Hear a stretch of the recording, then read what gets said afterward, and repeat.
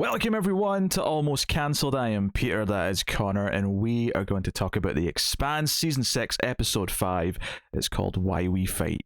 So full spoilers for the episode as always, and I'll give them credit. This one feels like the penultimate episode to the end of a show in a lot of ways. Obviously there's some threads that feel like this alien stuff feels like it's not going to be like done much with next episode. Not a chance, right?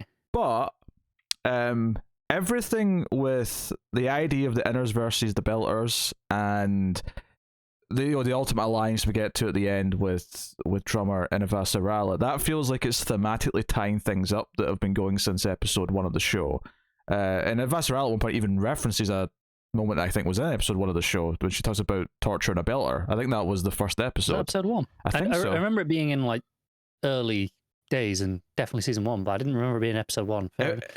If it wasn't 1, it was like the first 2 or 3. It was, it was right at the start. Fair enough. And that is something that a lot of TV shows do at the end of their run. They'll call back to things from, if not the first episode, definitely the first season.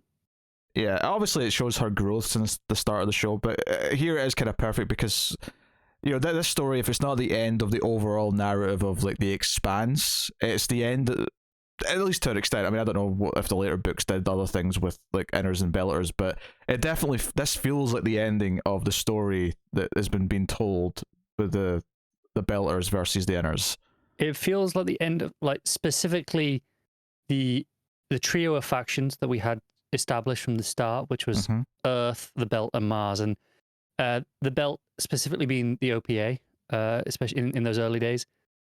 This kind of feels like the end of that story. Yeah, I mean, even if they take that name, it's just kind of like whatever's born out of this after it's all said and done will be something new that'll be created, and that's you get this feeling of finale, and I think. We've praised the evolution of Drummer since her introduction from basically a side character growing into a main character, and then ultimately in this episode becoming maybe the most important, well, not the most important of the show, but the most, like, in this episode she felt like she was the linchpin of everything coming together. Yeah, you saw the threads fairly early in the episode of like, okay, I see where this is going, and yeah, I've been saying most of this season how much I've been enjoying Drummer stuff, maybe even the most out of a lot of it. And it's kind of crazy to think that she went from a very essentially minor character to possibly my favorite character in the entire show. That may be the genius of why this works so much, is because she, like, obviously other characters we met who were more important to her at the time were Belters, Fred, Dawes, whoever, but something about her being just one of the regular Belters that Naomi knew and was friends with, and kind of her evolving to take this role. And and even like, it's not so much, I mean, I think we cared about her more than Ashford when Ashford showed up, but he was still seen as the more prominent person in the world, while he was there. And then with his demise, she kind of stepped into his shoes, took his ship even. That's referenced this episode. So this ascent she's had, and in some cases literal, in the sense that, she now is a captain, she now has her own ship, she's kind of built a little fleet of her own, but more so I think in a viewer's perspective sense, where she's went from being just the enforcer for someone to this, where the ultimate everyman. Yeah, that's a good way to put it. She's like this everyman, and one of my favorite moments of the episode, and obviously there's a lot of big emotional stuff towards the end, but is just the first time she sees Avasarala on the screen. So the scene is they're coming in, right? There's like a nice moment earlier on where they notice like Holden and that are watching the screen, and it's like, oh, this is where Drummer's bringing all the supplies. She's bringing them to Ceres because she knows like the Belters there need supplies, right? They're starving, they need food, water, blah blah blah. And it's like, okay, this is a nice moment. This is like, okay, makes sense. She would do something kind of Robin Hood-esque with all that stuff she stole. Yep. And they're coming out of dock, and the guy on the screen who's from Earth or whatever, he's like, blah blah blah blah, oh, we have to come in and search your ships, and any warrants on any of you OPA that are on these ships, we're going to arrest you. And then the screen goes off, and then Avasarala appears and goes, yeah, and she, like, I almost wanted to say, no, F everything he just said. She was definitely implying that. Oh yeah, I mean yes. She's like, you've got free port of passage as long as you don't cause any, like don't start anything while you're here. Yes. Yeah. Like you have free passage. You're here as a guest. Like don't even think about it. And tries to sort of. But one of my favorite little moments though is the second that she appears on the screen. Like Drummer is really good at having her game face on, and there's just a little moment here where maybe starstruck's not the right word, but she's clearly never had a realization that she's actually important enough to get messages from Avasarala at this point, like direct communication at this point. I don't think it dawned on her that she was at that level. And I think before this point as well, she has probably never spoken one-on-one with Avasarala, so this was, a big moment, and they reference Fred, like, and obviously they've kind of like been aware of each other through him, right? They reference that in the scene. So again, it's nice to bring all these old names back that are gone now in the story, but are relevant to how all these characters got to where they are now. So you get a little bit of that going. But I just thought this was expertly done. But Drummer kind of sticks up for herself and says, "No, I'm not here to like serve you. I'm not here to be a party to whatever you want me to be. Like I'm here to help the Belters on series, and that's it." And turns the screen off and kind of a boss move, like, I don't care that you're the president of the inner world. Like, bleh, like no. Yeah. And takes her stance, and the camera stays on Avasarala after that happens. It cuts to her, and all I could think was, I think Avasarala's impressed. I think she appreciates the balls that Drummer just showed her. Yeah, I think definitely by the time later in the episode where she's like, we need Drummer, I don't think it's purely just on the facts of what Drummer can bring. I think this conversation definitely has an impact on that. Going, okay, she's got a vibe of what sort of person Drummer is on a personal level now, because we know Avasarala likes to judge things for herself. For sure. I think the other thing as well, because obviously this scene you're talking about is when Holden comes to see her, because they're on they're at series now as well. Everyone's converging, and Holden wants to talk to her about the anomaly of the ships disappearing go through the gate, which is important. But it's like, no, we got a Warty one first. We really can't focus on that yet. We'll get back to some of the details on that, but Holden's like there, and it's like, why did you agree to see me so quickly? And it turns out, I mean, she tries to like pretend that this is not a reason, but turns out, and I was like, no, you know Drummer, right? You're friends with Drummer. Naomi's friends with Drummer for sure. Could you maybe put in a good word, kind of thing? And it's an amusing little scene, but I do like to think that like everything she says is true, but I think that in that one-on-one interaction, as brief as it was, I think in that moment she understood why Drummer achieved what she did. Like it's like, okay, she understands that, okay, she was able to take this station away from Marcos. She was able to inspire some people, and like she's went from one ship, or like half a ship, to a fleet of 8 that have all got missiles, and they've kind of like built themselves back up, which shows ingenuity, it shows determination, all those things. But I think that interaction with her, just talking to her for 30 seconds, she understands. I understand. I can now put the person with these stories and understand why she was able to achieve this. And definitely. And so it's why the meeting of them at the end of the episode feels like a big deal. Mm-hmm. It is the culmination of this stuff. Yeah, I mean, even that first moment when they see each other on the screen feels like a big deal, and I think that's just a credit to the show and how it's like, oh yeah, I never would have thought that we need to have a big meeting between these two characters, but the second it happened, it felt important. It felt like all of a sudden, and much like Drummer's own realization, I'm now important enough to be getting a message from Avasarala. We have that kind of same moment as the audience where we're like, oh, this actually might be a really big, important connection between two plot threads that is going to like ultimately maybe save the day. Because we know the Drummer's journey with Marcos, and like all the things that's happened to her crew, our family, as they put it later, which just bubbles over this episode. We could talk about the little arm and the little tube. Yeah, that's a visual for sure. It's a visual. Joe, I appreciate. So they've established they can regrow things. As part of their medical science in the future. But she's just like shrugging. Hey, I regrew a spine and it wasn't this bad. Yeah, I like that they sort of set it up though. It's not this foolproof thing. Like, yeah, okay. When they cut off his arm, it was like, you could probably grow that back. But there are things like some people just don't take to it, and that's like seems to be part of what's going on here. Is he just can't do it. They talk about maybe there's rejection. There's sometimes maybe it's a bad batch of the gel. Like they don't know for sure what it was, but there's no second chance. Yeah, so he's going to have to get some sort of fancy animatronic or something to replace it. The way they talk about putting the prosthetic in, it's not just like here's a lump of plastic at the end. No, it's very clearly integrated into his arm. And I suspect he'll get some sort of cool cyborg-looking arm out of this by the time it's all done. Yeah. But still, I'm sure he'd rather have a new proper arm that's actually flesh and he can feel. I mean, who wouldn't? Yeah. As silly as it looks as it's growing in that tube. Because it does look silly. It does. It looks very silly. It's kind of great though. But yeah, and the two of them decide to. Well, he doesn't really. He falls asleep, but but the lady, she says, "No, I'm going to stay here because we're not really in this fight anymore." And I thought I was impressed with how surprisingly emotional this little scene was of Drummer losing the last of her crew, this. It hit. No, it did. Multiple times Drummer stuff hit in this episode. Oh, obviously we're getting to the Naomi scene, but yeah. Like pretty much every scene with her was just top form this episode. Everything had a purpose. On her way back to her ship, she's going to the checkpoint, and the guard comes up and says, "Hey, you're Drummer," and she's immediately on the defensive, yeah, what of it? It's like, oh, you're cleared. You don't have to go to the checkpoint. You've got passage. You're like a VIP or whatever, right? And she's like, no, I'll wait in line. And the belter behind her's like, don't waste your time, man. She got more important things to do. Go. Yeah.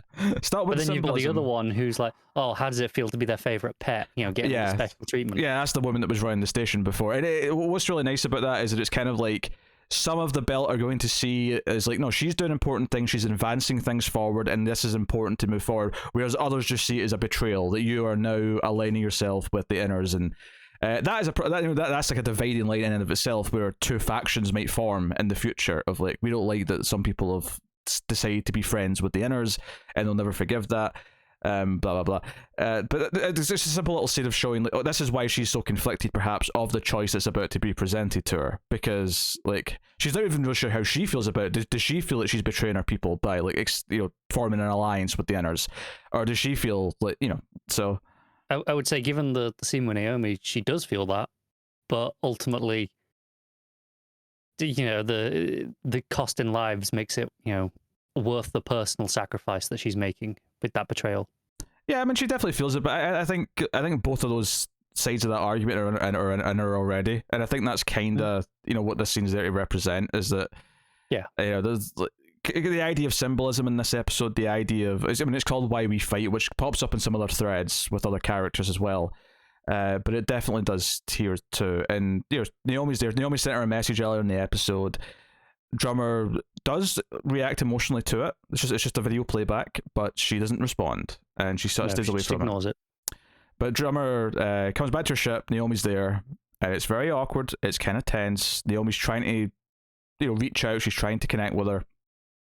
But Drummer's cold, she's distant, she's showing her around the ship. It's all kind of pleasantries, but with a bit of an edge. And then, of course, when the truth comes up a little bit here, which is that Holden's asked Naomi to go put a feeler about this idea of joining up with Avasarala. She clears the deck, tells everyone to get out, and we have. And this is one of these scenes where maybe it's just because I've been spending decades now watching TV.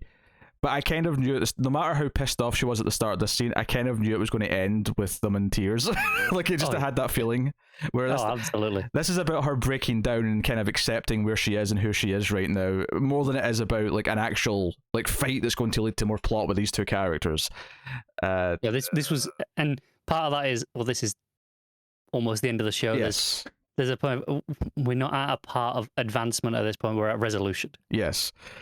And some of this is, it's great stuff, and it ties into some of the stuff that Vasarala said when she's talking about how, I used to torture bellers. I was that, but they were right to hate me. I did things that justified what they thought. But I'm trying to be better than that, and that ties back even earlier to when she's talking to Bobby about have I gone soft? Yeah. And I'd say yes. In the sense of considering the absolute hard line she took before and where she is now. But that's if that is what you count as being soft, then yes. Yeah, if you count that as being softening, yes. But I think the ultimate, like, heartfelt message that we're kind of getting to with a lot of these plot threads is that to be better, the winning's not simply surviving, it's just making the right choices and saving the most people. It's, all the... It's about giving up the conflicts, it's about giving up the anger and moving forward so everyone can have a better future and not just hold a grudge because someone did something bad a long time ago, and so on. Like, so. I'd say, yes, she's gone soft, but yes, she's a much, much better person than she was also, so... Yeah. And it's funny because, obviously we think of Bobby as this tough character, but when she's sitting down with Amos later in the episode, who... I love that this is the same little bar that we had scenes with earlier in the season with the others when they were here. This is the scene where Philip killed his friend. Yeah, and Draper is like, "Oh, you go back to the ship?" He's like, "I don't know if I'm going back." And there's some jokes here as well about the fact that he's got scratches and glitter on his neck because he's been at the brothel. He likes it rough, apparently. I mean, it doesn't surprise me that he likes it rough, but he likes it rough. No, this is kind of Amos at his core level, right? This is kind of the idea of Amos as we were introduced to him. This is basically that. And he's like, I don't know if I'm going back, and he's conflicted. And he actually opens it. Bobby finds out here about the missile being disarmed, and she kind of, she laughs a bit, like, "Oh, F my life." Oh shit! Of course, it's always like, of course he did. But I like Amos trying to like deduce this in his head because he's kind of like, sometimes I swear he's trying to get me killed, but then other times he's kind of saved the entire universe. So I guess... like, he said the entire galaxy like 3 times, so I guess it evens out. Yeah, the couple of points here that are raised is that, like, one is that he, like, Holden's the type of guy who sort of, he doesn't have like these in between steps. He doesn't accept compromise. He's like, if he's going to save the day, he's going to save the effing day. It's all or nothing. There's no shades of grey. Yeah. And the idea being that he's essentially a good person, and the question, is there a place in war for good people? And Bobby kind of gets a little philosophical here, talking about, like, does it matter when you're in the fight? Maybe not as much, but it matters the rest of the time, perhaps. But kind of boils it down to, well, when I'm in a fight with someone, and when I'm in combat situations, like, the person that I've got next to me that's got my back, I need to have theirs, because if I don't have that, then we don't have anything. And that's kind of like the ultimate point that makes Amos, because and she knows she's made a point, because she says to Amos right after that, like, so going back to the ship, like, yeah, brothel first. You coming? That line popped me. The brothel first popped me. And then you ought to come with. And I love Bobby's response of, "What, with you or with you?" Like, whatever. Yeah, it's basically like, your choice. If you want to go have sex with other people near each other, I'm cool with that. If you want to have sex together, I'm cool with that too. Whatever you fancy. Yeah. He's not too bothered either way. And we don't get to see her choice either. She just sort of sits there and, like, has an all swig and sort of thinks about it, like, what am I... Like a maybe? I'm thinking about it. Am I comfortable with the fact that I'm thinking about it? It was definitely not an absolute no. No. It wasn't that's disgusting. How dare you ask me such a thing, you pervert. It wasn't that. Yeah. No, definitely not. But yeah, so I mean, the themes of the episode, the idea of being there for the people next, which ties into the plot lines of other characters we'll get to in a bit as well. But to tie this back into Drummer and her plot, which is definitely the A plot of the episode, it is the heart of the episode, it is what everything hangs upon it. And this idea that, like, the Belt that are against Marcos have to kind of be in this fight with everyone else because they can't win. We see the effect of Marcos' weapons this episode, these railguns that they've attached to the center of the ring, the station. Which they were like, how have they even done that? Because they didn't think it was possible, but ingenuity has found a way. Yeah, and it's like it's on like 6 points around this central sphere of the rings. So basically, no matter what direction these rings whatever ring you come in from, like, these guns will get to you. Like, 4 or 5 of them will be able to aim at you at any given time. And they tore apart 6, and we see like a little bit of this at the start. We see like 6 Martian ships getting torn to shreds. Obliterated. Yeah. So it's like, if Marcos gets in behind the rings, if he gets to Medina, if he gets to that point, we kind of can't get to him anymore. Which, of course, like, Vassarella's like, damn, it's a shame that missile didn't go off. But I'm like, oh, Holden. Holden. Oh, I hope for his sake no one tells Vassarella about that. Oh, I know. She will wringing his neck. The tongue lashing he will get. It's good stuff. Yeah, I think that's the other thing I really like about this is that it puts such a focus on Drummer and makes her so important to the overall story here. Right before the end, that it's nice that it's not Holden. It's nice that it's not. I mean, if Vassarala's involved, but it's not really about her. It's about Drummer and her decision. Mm-hmm. It's kind of nice that it's not one of the characters from the first episode that has become so important for this final beat. It makes Drummer feel just as equal to the show than any of them. Which Absolutely. is so I said she's the ultimate everyman, because while some of our other characters have come from lowly positions, right? It's not like Amos has a big, glorious, noble backstory, right? On the level of, say, Avasarala's positions of power. But we've spent time with all those characters from the start of the show, so there's this inbuilt knowledge that these are our core cast. Whereas, when Drummer was introduced, she could have been gone in 2 episodes and we wouldn't have noticed. Yeah. She could have just been there, she was just at the side, she does a few things and she's gone again, and that would have been fine. But over time, it's just, oh no, a few more scenes here or there, bit more importance, bit more, reason to care.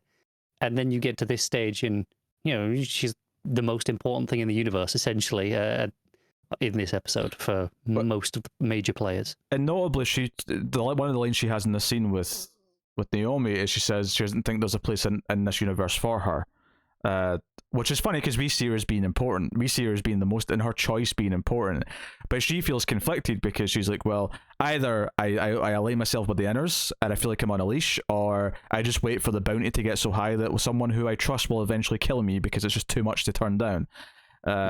It's just, I think this conflict and Naomi kind of sticking up for the ideas of Avasarala and the Inners and saying, no, I fight beside the people I love, and like the people who have proven to me they're on my side. Like, yes, once upon a time it was pretty black and white the way the Inners treated the belt, but it's not really quite that simple anymore. And there's a little bit there of Naomi not directly defending Avasarala. Like, there is some, but this here, like the idea of kind of acknowledging that, yeah, she's changed as well. Like, she doesn't outright say it, but there is it's not the way it used to be. They're not all the same as they were. Yeah, and what's so good about that is that, earlier this season we set up this idea that Naomi is struggling a little bit with destroying Bellator's ships, that she's having this little confliction, and she's doing it, but she's not feeling comfortable with it. It's this idea that she's fighting against her own. And I think having her in this scene having to argue against Drummer to an extent, I mean, I never got the sense in this scene that she's saying that you definitely have to do this, you definitely have to do what Avasarala's saying, but more that, don't take it as this offensive thing, or that I'm here to just like peddle her story. Like, I'm here to give you this message because I actually believe it may be important for you to make this choice. It's her saying this isn't some trick, it's not some scam that they're trying to pull on us. It's a genuine offer, and maybe you should think about it. Yeah, and it's the line where she says, we have to just stick by the people that we love, and that's where Drummer breaks down and tells her to F off a bunch of times. Multiple times, yes, yeah. As she hugs her and cries. And we cut just beautifully to Avasarala storming through the series station, which she's notably not been on. She's just been hiding on her ship like their entire time here. But this is her now. She's on the ground, boots on the ground with the people. She's surrounded by Belters. That's kind of a symbolic thing. She even says it as much in dialogue. This is, more than a symbol. Because this was Drummer's terms to have this meeting, to have this conversation, and it's like, look, I can promise you that we're not going to like just forget the Belters after this, and I've given you a lot of reasons to hate me, but I've never given you a reason to think that I lie. One specific thing is, Drummer's like, how do I know that you won't just forget about us and you used us and that's the end of this after? And Avasarala doesn't say, we won't forget. She says, I won't forget. Because she can't promise it on behalf of everyone. She can't say, this is definitely what will happen. But it's more of a personal admission, which I think means a lot to Drummer. Yeah. In more ways than maybe a political promise would have done. If nothing else, it feels more honest, and therefore she can maybe trust her word a bit more because of how she chose to answer that. And like she says, she's never given them any reason to think she's a liar, and that's true. She's always been very blunt.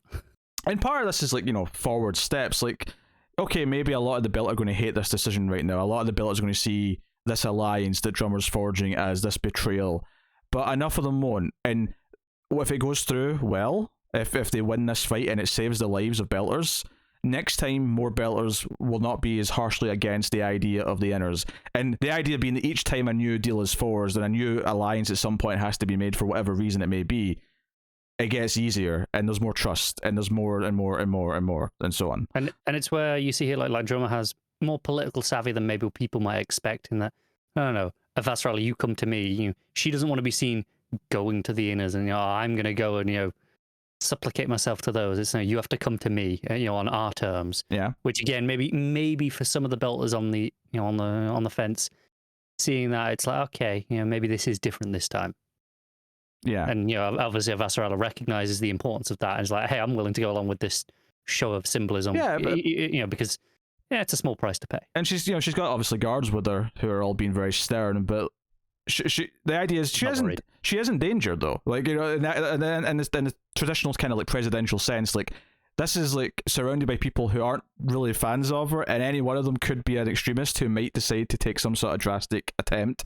Like, she is putting herself kind of in this place, but that's kind of the point, is that no, I'm here to fight for you too. And yeah, she's willing to take that risk. Yeah, so it obviously makes it clear that she won't be giving orders to the Belters. Drummer will be giving orders to them, so they'll be if she agrees with whatever they're deciding together, that she'll give those orders out to her own ships. Yep. And okay, fair enough. Now, how they're going to get there and fight Marcos, that's not brought up in this episode. I'm sure that's something they'll get to next time. Yeah, they talked about the speed that Marco's going at and where he was, that if they leave soon enough they can still catch him before he reaches the ring. I don't know if they mention it, but I wonder if that's just something to do with them staying off radar so no one can know where they are. That's why they're moving so slow. Maybe, yeah. That might be the reason. I don't know. Maybe they don't realize they need to move that fast. Yeah. Like maybe they don't think they're under that immediate threat. Yeah, I mean, Mark was pretty confident in this episode. He's like, oh, we can control how they deploy their fleet. Although he's making these assumptions based on them not having Belter allies, of course. So that's important. And confident or cocky? Confident, cocky, maybe a little drunk. That probably sounds fair. Yeah. Because the camera did sort of really emphasize that he's got a drink during that scene. It did, although I don't know how much of that was saying he's drunk, although there is that, and there's obviously the I'm not drunk on power. I don't think it's trying to say that he's an alcoholic this late in the game. What I think it's saying is that he's already celebrating because he already thinks he's won. It is, because there's a big announcent that this is the fancy Earth brandy that they've confiscated. That yes. Hey, we're going to crack it over for everyone, and I say it's that celebration. It's cockiness, premature, right? Yeah. It's, and that side of the plot's really fascinating as well. You've been loving the Philip stuff this season, and God damn it, every episode. Just... Yeah, and this episode gave us kind of like possibly a good reason for Philip to really question again his loyalties to his father this episode, because the friend that he was working with out in the repairing the hull, he goes to work and he's not there. It's another dude, and he's like, let's hurry up so we can have some of that brandy that they're giving out. And he's like, wait, where's the other dude? And he's in the brig. It's like, wait, what? Why? So he goes just storms straight off. Yeah, he just starts. He doesn't even give an explanation. They're saying I'm leaving. He just walks to the brig and asks him what he did. He's like, I broke the rules. I tried to send a message to my brother, which is a big no because that could give away their position. They're on radio silence. Yes.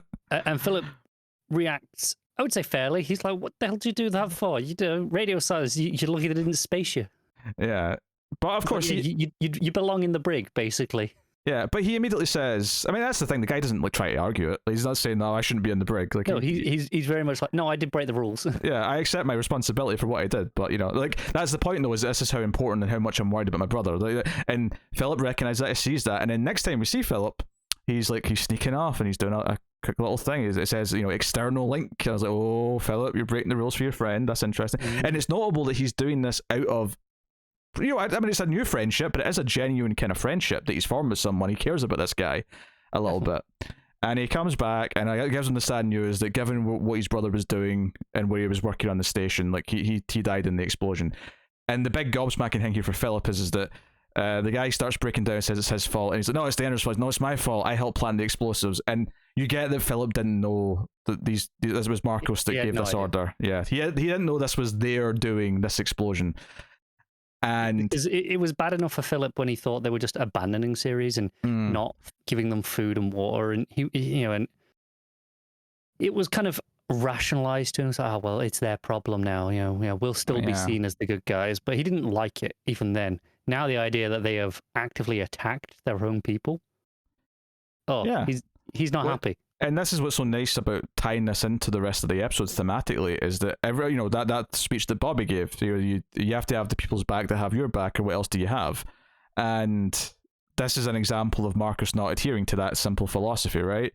And Philip realizing that he was happy to put out and sacrifice some of their own people, to for gain, for an advantage, for and not even necessarily an advantage, just arguably, how much did that explosion really accomplish in the grand scheme of things, other than just maybe an FU? It slowed the inners down, a little made bit, them stop and spend their resources. Yeah, but that was already kind of an issue. So it made it worse. Don't get me wrong. I'm not saying it had no effect, but it was a case of he had a win-win scenario in it. Either they decided to take the moral high ground and use their resources that were already struggling with to help Ceres, or they ignored Ceres and just went, screw you, we're chasing after you anyway, Marco, and at which point they look like the bad guys for not helping. So either way, he wins. It was kind of his logic, right? Yeah. But there wasn't a lot to gain from this explosion directly, right? Because the tying them up at the station was already kind of happening anyway. So again, it slowed them down a bit more. Probably it made things a bit worse. But and I'm not saying Philip would have been okay with it had there been more of a genuine necessity for it. But the fact that it did feel relatively kind of petty and not an essential war effort, I think adds even more to it for how he's going to see it. Casual. Yeah.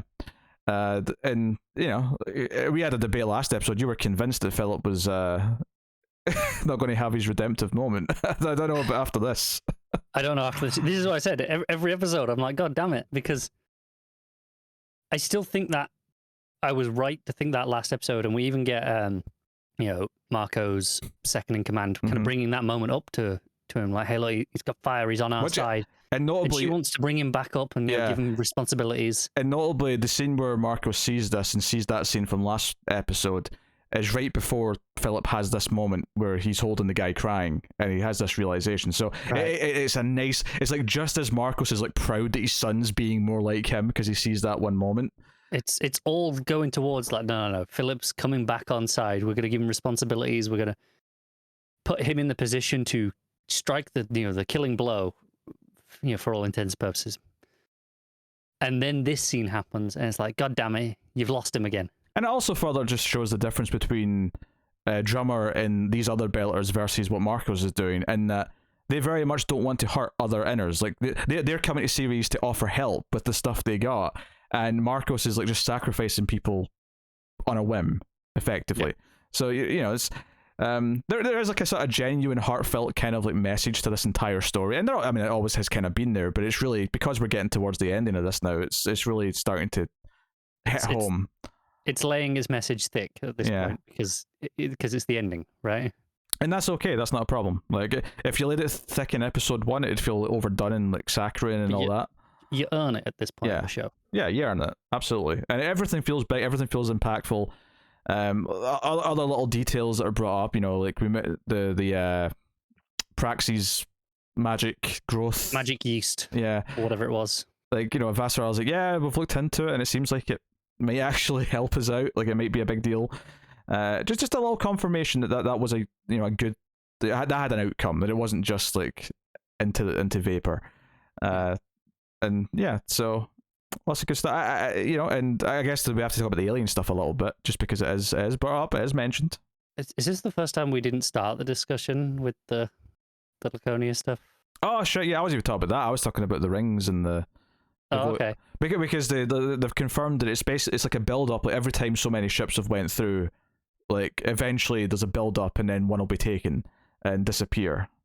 Well, what was interesting is they said either there's a build up and that triggers it, and that's usually okay, that hits it, or something triggers the build up and that takes it. They don't know which way around the cause and effect of that is, which could be interesting, because one implies it's I don't want to say natural phenomena of the rings, but it's, a byproduct. Yeah. And one implies that it's a choice, it's targeted. And it's an act of, it's an act of like choice being made by some sort of sentient force. Right. And I think it doesn't answer which one it is right now, but I like the possibility that it's either, and I'm not like, I don't have a preference towards which one they tell us it is, but I like that they consider both options. Yeah, and obviously Holden's like, this is bigger than the war, and it kind of is. And if this ancient alien race like eventually shows up and wages war on us, we might be screwed because their technology is so far and above anything we have. But Avasarala is also right to say, yeah, but we need to win this war before we can really give any time and attention to anything. And this can't be for next episode. Like, it just can't be. No, I suspect there'll be a hint. I suspect there'll be a couple of tidbits for it, but nothing. Yeah, it's not going to be the story in next episode. No, there's not going to really be much of it. It can't be. So important to bring this stuff up because it is there. They're planting these seeds for something. I'll just leave it there. I want to speculate again. I'll just say for something. So to go back to the stuff at the start, actually, because if this is the first time we didn't start with that. The episode did start with it for context. We just didn't start with it. Yes. The drummer stuff was just too good. I had to. It was so good. I had to go to it. On last week's segment, someone in the comments did sort of point out that the character that was introduced, the Admiral dude, who had his moment, and it felt like a proper introduction to someone, even if it's like we're getting near the end. It's like, oh, this feels like we're supposed to like start to take note of this guy. They referred to him as, and they said this in the comment. I applaud this. In Buffy speak, he's the big bad of the future stories. So okay. I knew he was a major character because I'd seen the name, and obviously if someone's sticking around for 3 books, they're probably a major character. Yes, but I didn't know the context of that, so no, that's interesting. Makes me look at these scenes in a different way. And it felt like even though he didn't say anything particularly villainous, it did feel like the introduction of a villain and how he's like sort of trying to sort his thoughts out. It kind of felt like I've definitely seen villains like that who kind of start that way. Classic thinking man villain, right? As opposed to the big physical threat. Yeah, as opposed to the I'm evil. It's that philosophical wondering of maybe we should nuke everyone so that we free up some resources elsewhere. It's that sort of villain. Oh, that's the Thanos. So I'll just wipe out half of everyone. Yeah, okay. But yeah, she had the body of her brother out in the forest. She wakes up, her parents and co are looking for her because obviously they're worried. She's by. But the body is not on the bed anymore. No, it's not there. And she goes looking. She goes hiding first so she doesn't get caught by her parents. And then she does stumble upon, there's like 3 of these alien duck things, and her brother's standing there. His eyes look a bit different. Like a blue tinge to them. Yeah, I was like, oh, we did some sort of Pet Sematary like thing here. What's going on? That was my first thought. I was like, he didn't quite come back right. And obviously I trust this to do a good job. I'm not a Pet Sematary fan, but like I trust this show. I'm a fan of the book. Do interesting things with it. But like he does say that he sees things that he's never seen before, and I'm like, what sort of spectrums is he seeing? Like, is he see? Yeah, he's clearly connected to the life on this planet now somehow. Yeah. I'm hesitating to say, but maybe it's some protomolecule thing. We know there's some like protomolecule stuff like floating up around in orbit. This is the sort of, when he's looking up. Is that what he's seeing? This is the sort of thing where, like, we've heard of this time jump, whether it be 10, 20 years. Either way, he's going to be old enough to be a main character if he stays alive, presumably. Like, I could totally see there being a character like this who can see things that everyone else can't, and that being like a main like device in like future stories. Like, and the sisters. I mean, I could see both of these characters, these kids, being like main adult characters after the time jump. Baseless speculation from us at this point. What if this is okay? They realize they can bring people back But, like I say, 10, 20, 30 years, wherever this time jump is, they have a lot of people, because people haven't died, but they have a lot of people now connected this way.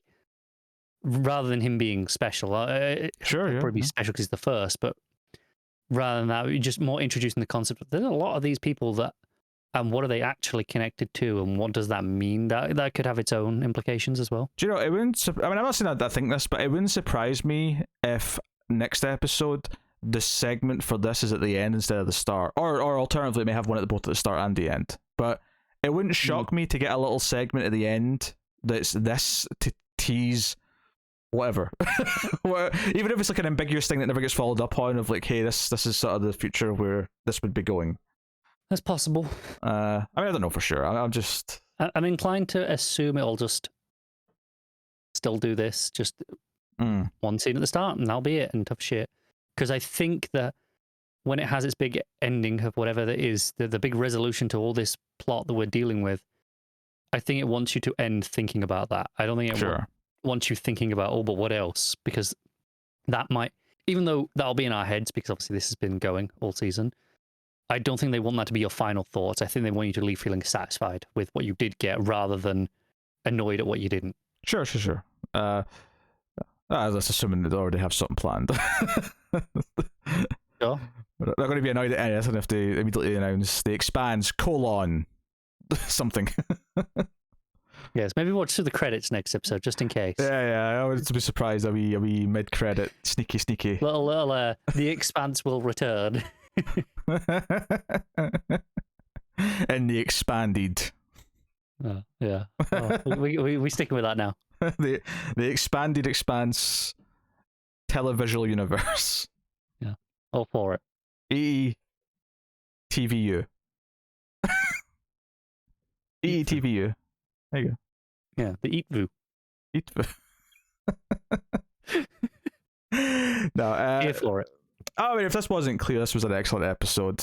Oh, so good. Man, there's only one more. It's all this character stuff coming together. It felt like a proper culmination. And what's so good about this drummer plot is that it's not just been this season. Like, this build up to drummer in this position has really felt like it's been going probably since the end of season 3, when the Behemoth was the big thing, or Medina, they changed the name, but when it was, all that stuff was going on, like, that till now feels like it's been a big giant arc for her.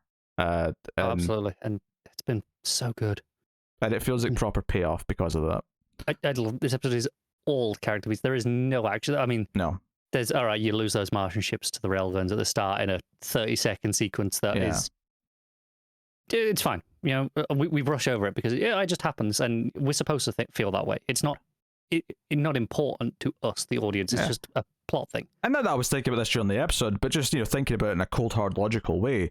Having very little space stuff in this episode means the budget for the next one and all of its space stuff can be through the roof. So probably. And again, that was not something on my mind in the episode. This isn't. I wasn't watching this going, oh, they're saving their budget, because there's definitely been times in other TV shows I've felt that where I've gone, okay, they're saving this for a different one.